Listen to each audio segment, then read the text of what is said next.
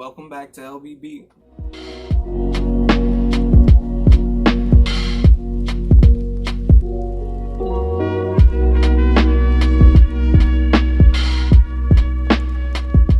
Welcome back, LBB. Today we're going to be reacting to George Carlin Euphemisms. Someone actually made a whole list of his older stand-up, so that was incredible. We appreciate you, bro. We appreciate it. You know who you are. We're not going to sing you. Someone actually even posted another comment stating euphemisms, but he just put the word euphemisms. We were so we saw this. I mean, we knew exactly what he was talking about. Like, okay. Well, we finna hop right into this, man.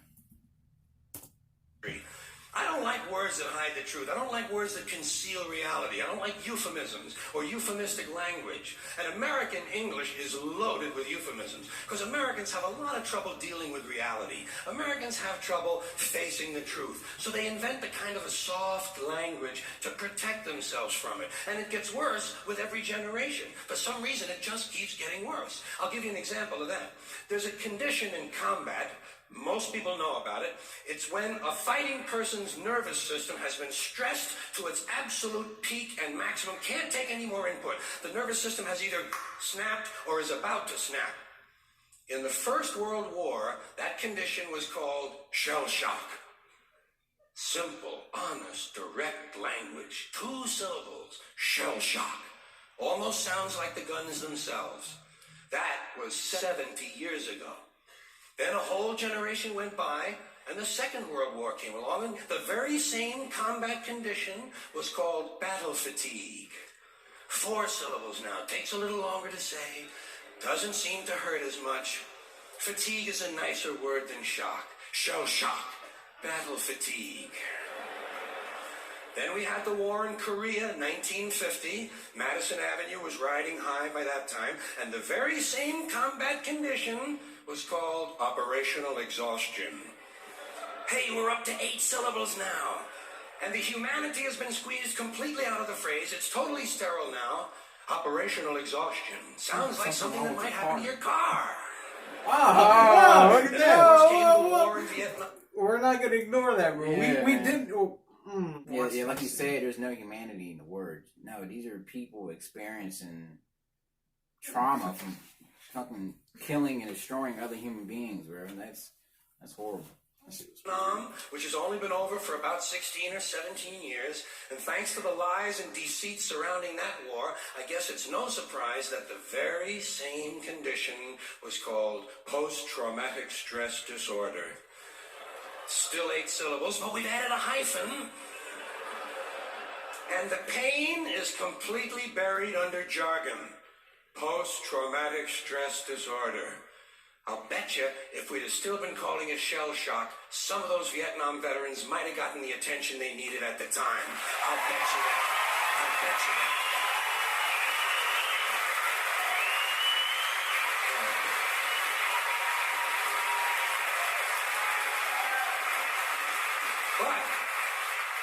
But it didn't happen. And one of the reasons is because we were using that soft language. That language that takes the life out of life. And it is a function of time. It does keep getting worse. Give you another example. Sometime during my life, toilet paper became bathroom tissue. I wasn't notified of this. No one asked me if I agreed with it. It just happened. Toilet paper became bathroom tissue. Sneakers became running shoes.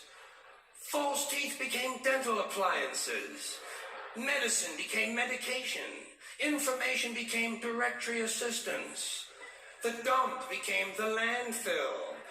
Car crashes became automobile accidents. Partly cloudy became partly sunny. Motels became motor lodges. House trailers became mobile homes. Used cars became previously owned transportation. Room service became guest room dining. And constipation became occasional irregularity. When I was a little kid, if I got sick, they wanted me to go to the hospital and see the doctor. Now they want me to go to a health maintenance organization or a wellness center to consult a healthcare delivery professional. Poor people used to live in slums. Now the economically disadvantaged occupy substandard housing in the inner cities. And they're broke. It's a bunch of jargon, so whenever you see it, you're not like, I'm not gonna read into this or pay much attention to it, man. It's just meant to... They're meant to hit you. Dump. They're all... You know what's funny? Yeah. I feel like they don't hide it, but they give you so much to where it's like, you can't even understand it. Like you stop caring after like the third syllable. You're just like, man, it's too long. Yeah, it's too long to read. Like they hide it in plain sight. Like, this is crazy. They're broke. They don't have a negative cash flow position. They're fucking broke. Yeah. You know, fired management wanted to curtail redundancies in the human resources area, so many people are no longer viable members of the workforce. Smug, greedy, well-fed white people have invented a language to conceal their sins. It's as simple as that. The CIA doesn't kill anybody anymore. They neutralize people. Or they depopulate the area. The government doesn't lie, it engages in disinformation. The Pentagon actually measures nuclear radiation in something they call sunshine units. Israeli murderers are called commandos. Arab commandos are called terrorists. Contra killers are called freedom fighters. Well, if crime fighters fight crime and firefighters... Language is a very powerful tool, and you can use it to shape the way people look at specific things. They're people like us. They're Homo sapiens. They're liars. They're greedy, and they want these things just like us. Fight fire. What do freedom fighters fight? They never mention that part of it to us, do they? Never mention that part of it.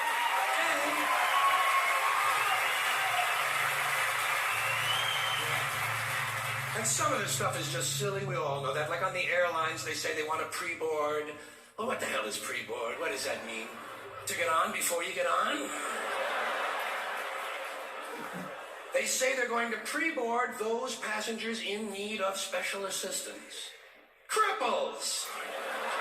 Simple, honest, direct language. There's no shame attached to the word cripple that I can find in any dictionary. No shame attached to it. In fact, it's a word used in Bible translations. Jesus healed the cripples. Doesn't take 7 words to describe that condition.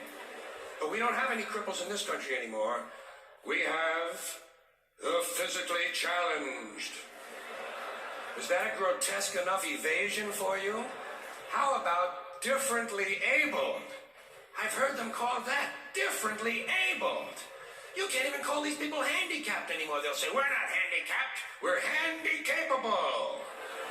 These poor people have been bullshitted by the system into believing that if you change the name of the condition, somehow you'll change the condition. Well, hey, cousin, doesn't happen. Still handicapped, buddy. Doesn't happen. Tell us what it is. We have no more deaf people in this country, hearing impaired. No one's blind anymore, partially sighted or visually impaired. We have no more stupid people. Everybody has a learning disorder. Or he's minimally exceptional. How would you like to be told that about your child? He's minimally exceptional. Oh, thank God for that. Psychologists actually have started calling ugly people those with severe appearance deficits. It's getting so bad that any day now I expect to hear a rape victim referred to as an unwilling sperm recipient. Oh, man.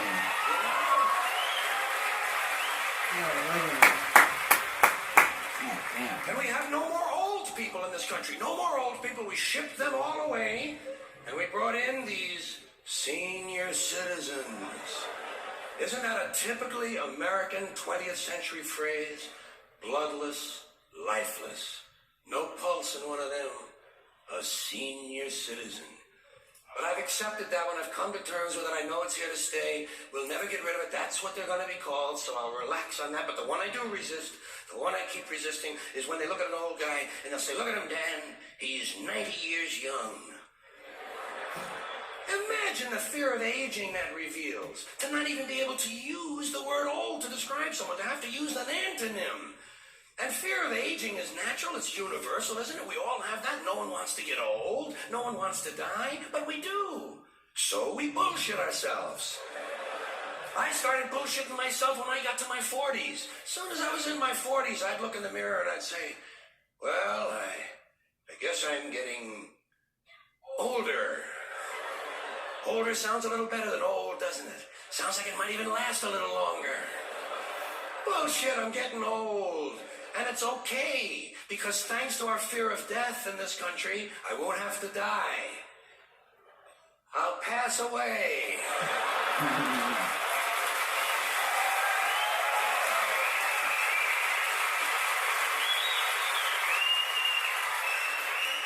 Or I'll expire like a magazine subscription. If it happens in the hospital, they'll call it a terminal episode. The insurance company will refer to it as negative patient care outcome. And if it's the result of malpractice, they'll say it was a therapeutic misadventure. I'm telling you, some of this language makes me want to vomit. Well, maybe not vomit. Makes me want to engage in an involuntary personal protein spill.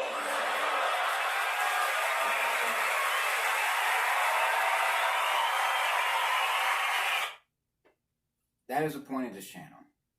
You come here to speak your mind. I don't care how you feel. Even if you have a different perspective as me, I'm still going to respect you as another person. And I'm not going to trip out.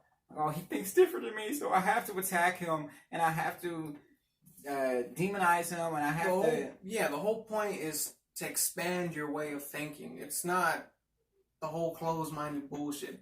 Words are meant to be said. You need to be blunt about the shit. There's no... You can't make easy ways around some topics. Yeah, man. And it's good to talk about them. It makes it harder to even talk about to address the problem or any type of topic at all. If you like you said, trying to use all these big words and all these different meanings to try to confuse people, so they don't even try to talk about it anymore because they can't understand it. George Carlin is a goat, bro. He's definitely in my top 5 now. Yeah, yeah. This is top 5, this top is 3. Yeah, this is a big eye opener actually. Yeah, man.